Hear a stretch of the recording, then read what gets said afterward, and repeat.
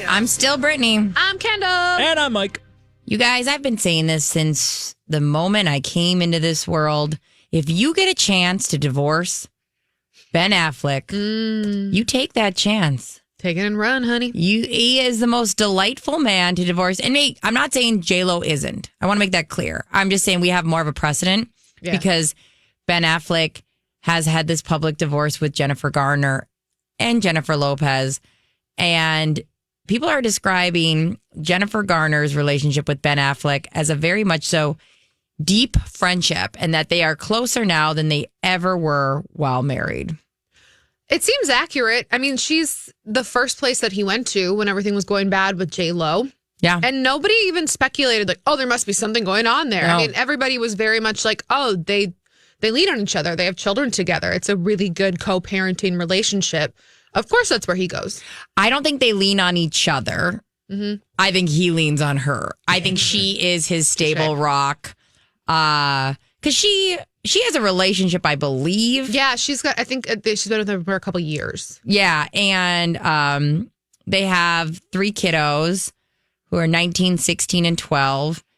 And I think she is always going to be his version of home. Mm-hmm. Like when you're saying is that like when things get tumultuous or, oh God, the press or this or that, he's like, I'll come over there for dinner or I'll go on vacation with you guys. It's got to be nice for the kids to know that like there's a place where they all can be together. You know what I mean? Like because of his willingness to be a hot mess and be the person who like runs to her for help. It probably is kind of lovely for the kids. You do wonder like how much it drives her crazy. I think because like, okay, so at one point she obviously has something in her that I don't want to call her an enabler. That's totally wrong. I don't know her life. But there's like something in her that obviously isn't disgusted by the idea of taking care of a man or a little wounded bird. A little wounded bird. Because like he's always gave off that kind of like, I need help energy.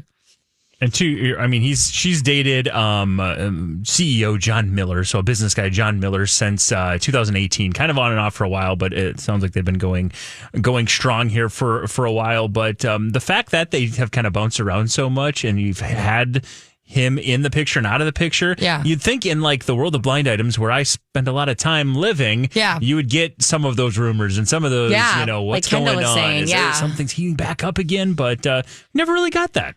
And that's a cool relationship. And Kendall, kind of like what you're saying, the real person I wonder how they feel about it is this John Miller guy. Like, he's like, oh, I should order more food because Ben's coming. Okay. A couple more wontons. Yeah.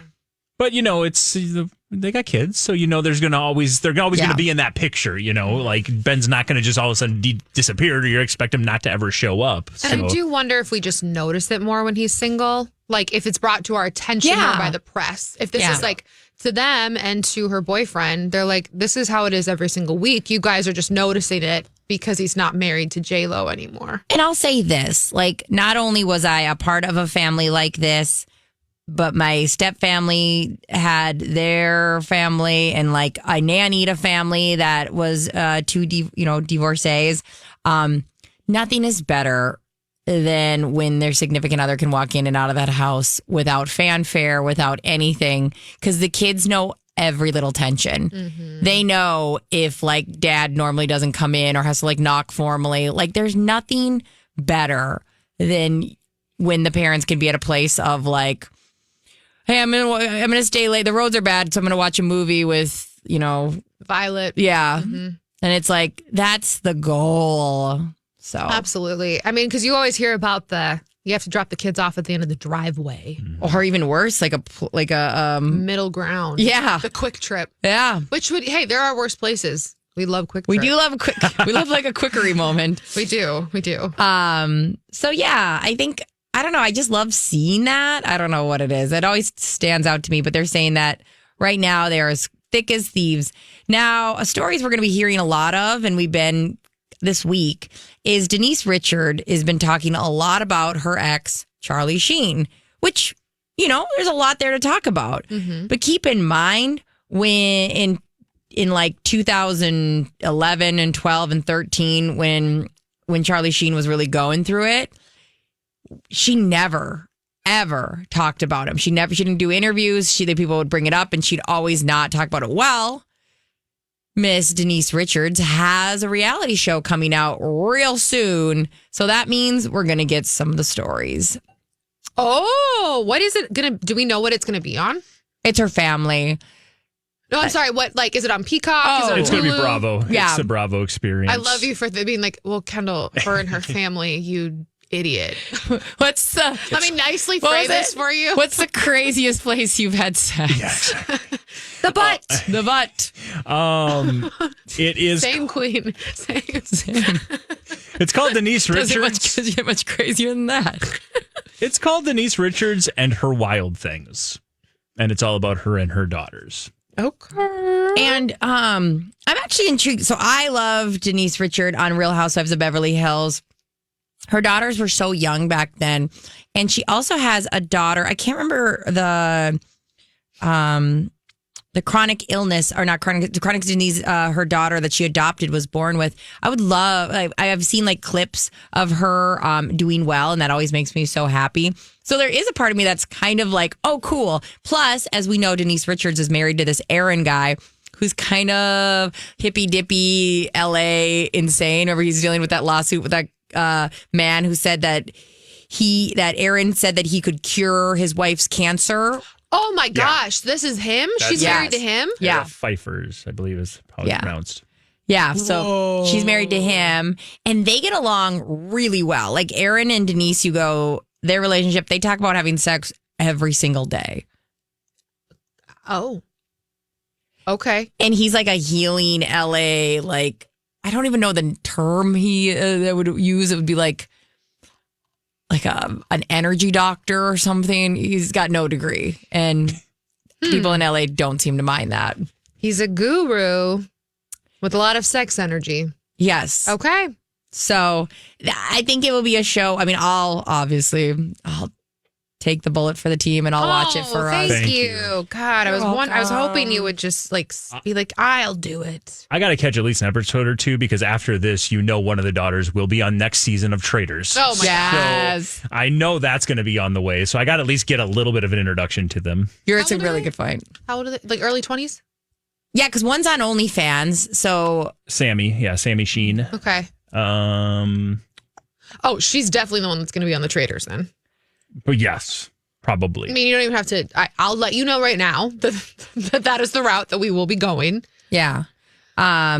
Eloise, Lola, and Sammy. And Eloise, she has a chromosomal abnormality, and I forget the name of it.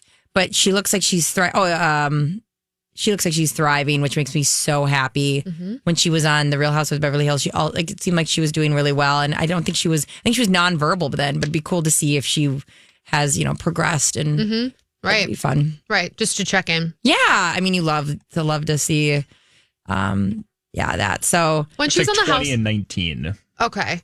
So And they're old Eloise is enough. 13. All right. yeah, Eloise, she adopted when she was pretty young.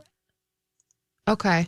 So when she was on Housewives, was she married to this? I'm still caught on this guru guy. Yeah. She got married while on Housewives. I think it was season 2018 is when they got married. Yeah, I think it was our season 1, but her, Denise Richards' first season, she came on, and it was really funny because he was like, oh my God, if we get married in 2 weeks, the date will have an 8 in it. And she goes, is that like a good thing?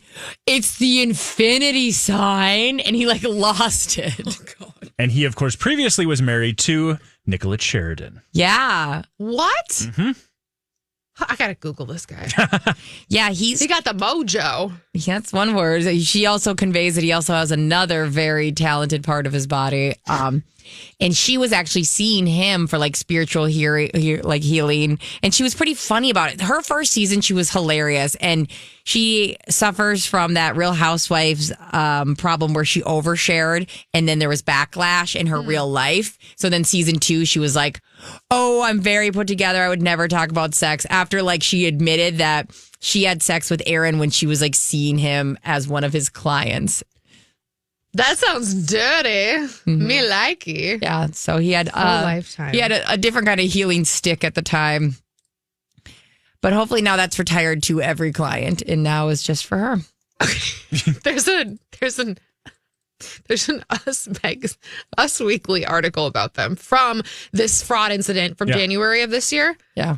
There's a picture of the two of them on a red carpet for Lifetime. And I'm only scrolling through the article, and I scrolled past the midway line of his clothing.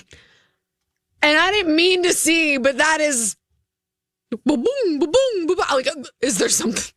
So you're like, you can confirm that is. Thine eyes do not lie. Yeah, no, she really, like I said, I'm not somebody who would normally lead with that, but that was an actual narrative of her at a dinner with Vanderpump and I want to say Kyle, and she was like, it's huge. Is she okay? Does he take that thing on a walk? This picture, I'll post it on the show links page. You can't unsee that. You can scroll down to whichever point of the page you want to, but dang. You gotta walk that thing, feed it, clothe it. It needs its own zip code. Also, I feel like this is the dumbest thing in the world. Oh my God, it's so inappropriate. I told you. It's like, does it fill out forms for the IRS? Like, can you claim that as a dependent? I bet, yeah. I do have to say, it is the dumbest thing in the world to advertise that your significant other is well endowed. And everybody in Hollywood will admit that. If anything, you should walk around and saying it's tiny. I'm at a loss. I need to get off this photo. Speechless. It looks painful.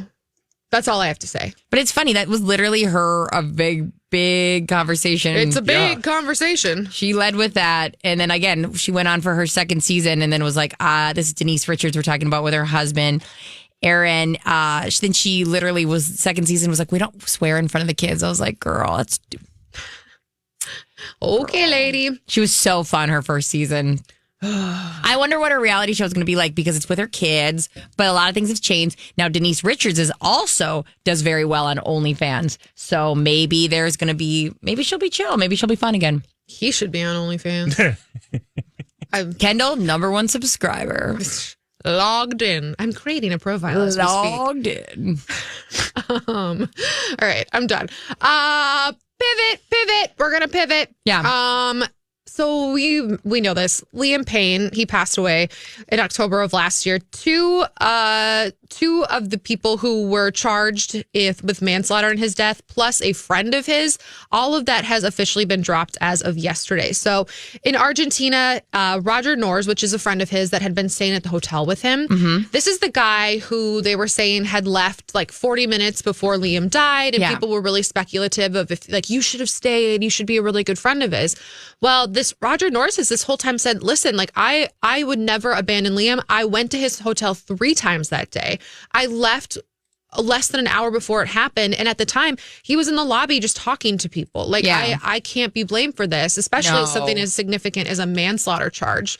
There was also 2 people who worked in the hotel, a manager and a receptionist, and all 3 of them, those charges officially have been dropped because they're saying this judge is like, listen, none of these people acted in a thoughtless, reckless, or merely negligent manner in the moments leading up to Liam's death. So the one that they did get a comment from, his friend, Roger Nors, was like, I'm so happy I can go home. Because keep in mind, he's had to stay in Argentina this entire time. And he's like, I can go back to the UK and say goodbye to my friend now. You guys, even if it like wasn't as obvious as like he was talking to them, how many times have we put a drunk friend to bed? Yeah.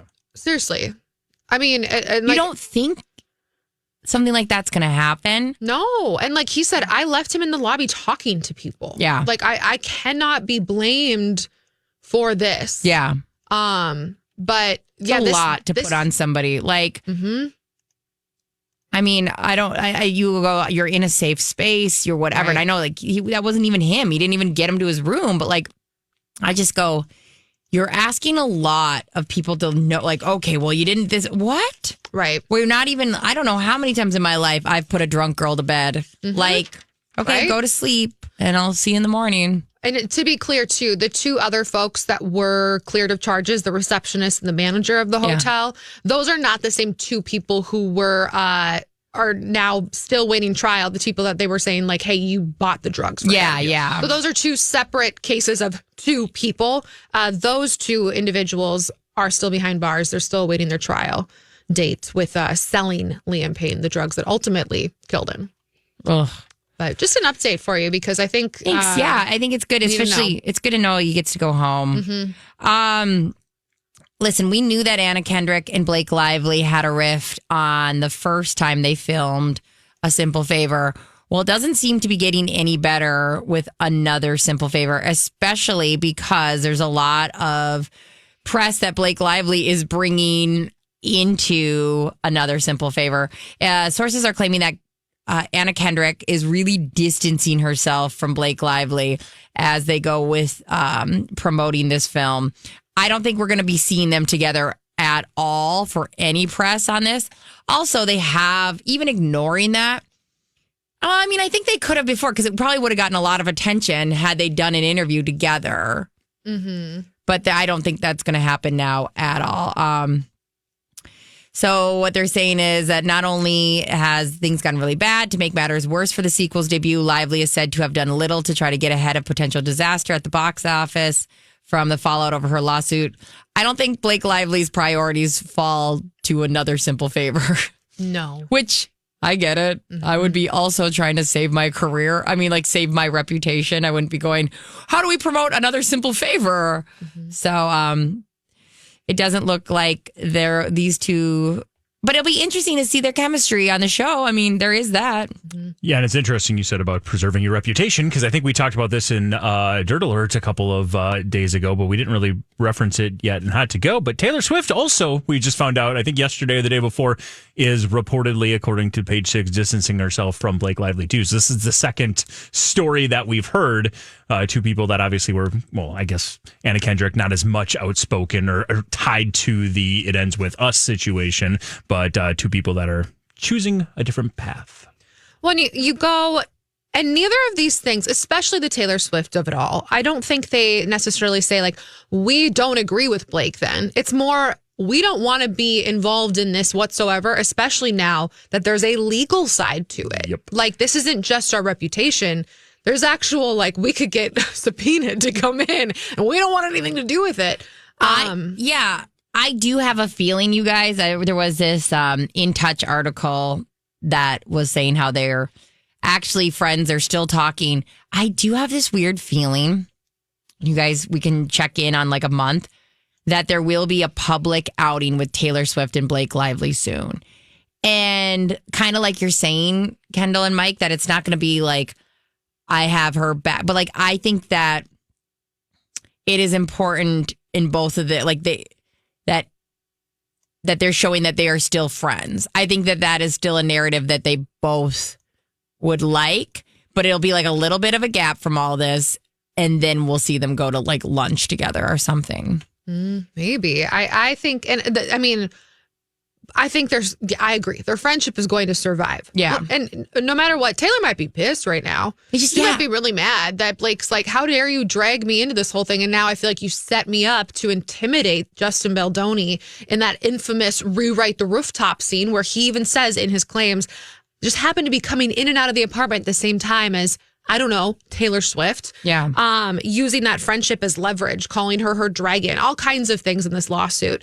I could see Taylor being like, I'm mad. I need to take a beat from you. I don't appreciate you using me behind my back to gain leverage on someone else. Like, so I could see that, but I don't think it's going to ruin their friendship. And now we are actually getting more information literally today that's breaking that Taylor Swift might have actually been a part of the casting process for the younger version of her. And that, again, is tying her closer to this and definitely going to be a part of this lawsuit. So if it does go to court, she is absolutely going to be deposed and going to be a part of this. So to me, I don't know. I think the more stories like this that come out that we got earlier today saying that she was part of this casting of Isabella Ferrer, who ended up playing the younger version of Blake Lively's character in the movie, that's not going to help things. No, I think you're right. But okay, so my thought process around this is there was a time when the whole world turned their back on Taylor Swift. And I think that when something like that happens to you, you're not able to be as cut and dry as obviously probably your PR wants you to be. So like I do have this weird feeling that they're going to make sure after a little bit of space that they show that they are still friends. But and I could be wrong. Like my heart says that, my brain says don't go in public together. But it wasn't a $400 million lawsuit that was related to people turning your back on Taylor Swift. It was more of your Public reputation opinion. or your Yeah. public opinion. Totally. And I think that's where the issue lies. Yeah, and I'm like, From a legal standpoint, her team is also saying a little bit more about this is what you can and can't do because you are going to be a part of this lawsuit now. Yeah, and again, the tie-in with like being the godmother. Like I think there's going to be a lunch, a dinner at some point in a month. I'm curious, anybody watching on YouTube, we want to know what you think. Yeah. Do you think, this is right now, February 20th, that within, let's say by the end of March, that Blake and Taylor will be out somewhere public enough that the paparazzi can see and everyone can write up their little article saying, Taylor and Blake seen together, seems like a friendly lunch. Taylor seen giggling. Blake showing Taylor photos on her phone. Like, I mean, I would this love, innocuous interview. because there's something in me that's like fighting the urge to be logical about this. And I get what, Mike, you're right. And Kendall, you guys are so right. But a part of me says, I don't think Taylor is somebody who would leave this person at the time they need you the most. And of course, that's me, like starry-eyed Taylor fan. But also, even looking publicly abandoning a friend, even if you're like looking at that strategery-wise, you'd go, I don't know. There's something there. There's something that says like by this, like by the time I turn 39 in May, we will have seen them out together. That's the date. That's the date. thing. And that's the only thing I'll concentrate. You guys will say happy birthday and I'll say, shut up. I lost the bet. Don't talk to me. Don't speak. You did see, though, that Taylor did not go to SNL because Blake was going to be there? Yeah, Perez Hilton had reported that Taylor refused to attend SNL 50 because of Blake Lively. Insider said that Taylor is not communicating with Blake and she was invited to SNL 50, but with Blake there and Kim Kardashian, it was the last place on earth she'd want to be seen. Taylor is taking stock of which of her friends are good for her and who name drops her for personal gain. After Blakegate, she has a new album in the works. Blakegate. Hey, we finally got a name. But I don't want to give one person. Yeah, that's true. And I hate calling it the drama because that sounds like so Middle school. Yeah. So we do petty. need like a Blake BVJ. Too close to Very BBJ. too B. Oh, I said I wasn't trying to use that as I was. BJ. It was a think tank. There was no wrong. She has a new album in the works and is shocked by how much drama was pulled in. She won't let external factors hurt her career. Oh, weird. Taylor has a new album. I know that's the only thing I got from that. Wild. And Taylor Swift writing an album? That never happens. No, we don't need a new album. We need Reputation, Taylor's version. Maybe that's the album she's working on. There you go. I'm all eyebrows. There is another article that came out recently around Justin Baldoni. There's just more every day. Every day their PR people are working harder, mentioning that there was a claim that the two actors had discussed taking out a scene that they had agreed, but Baldoni made a last-ditch effort to keep one in which the couple orgasmed together.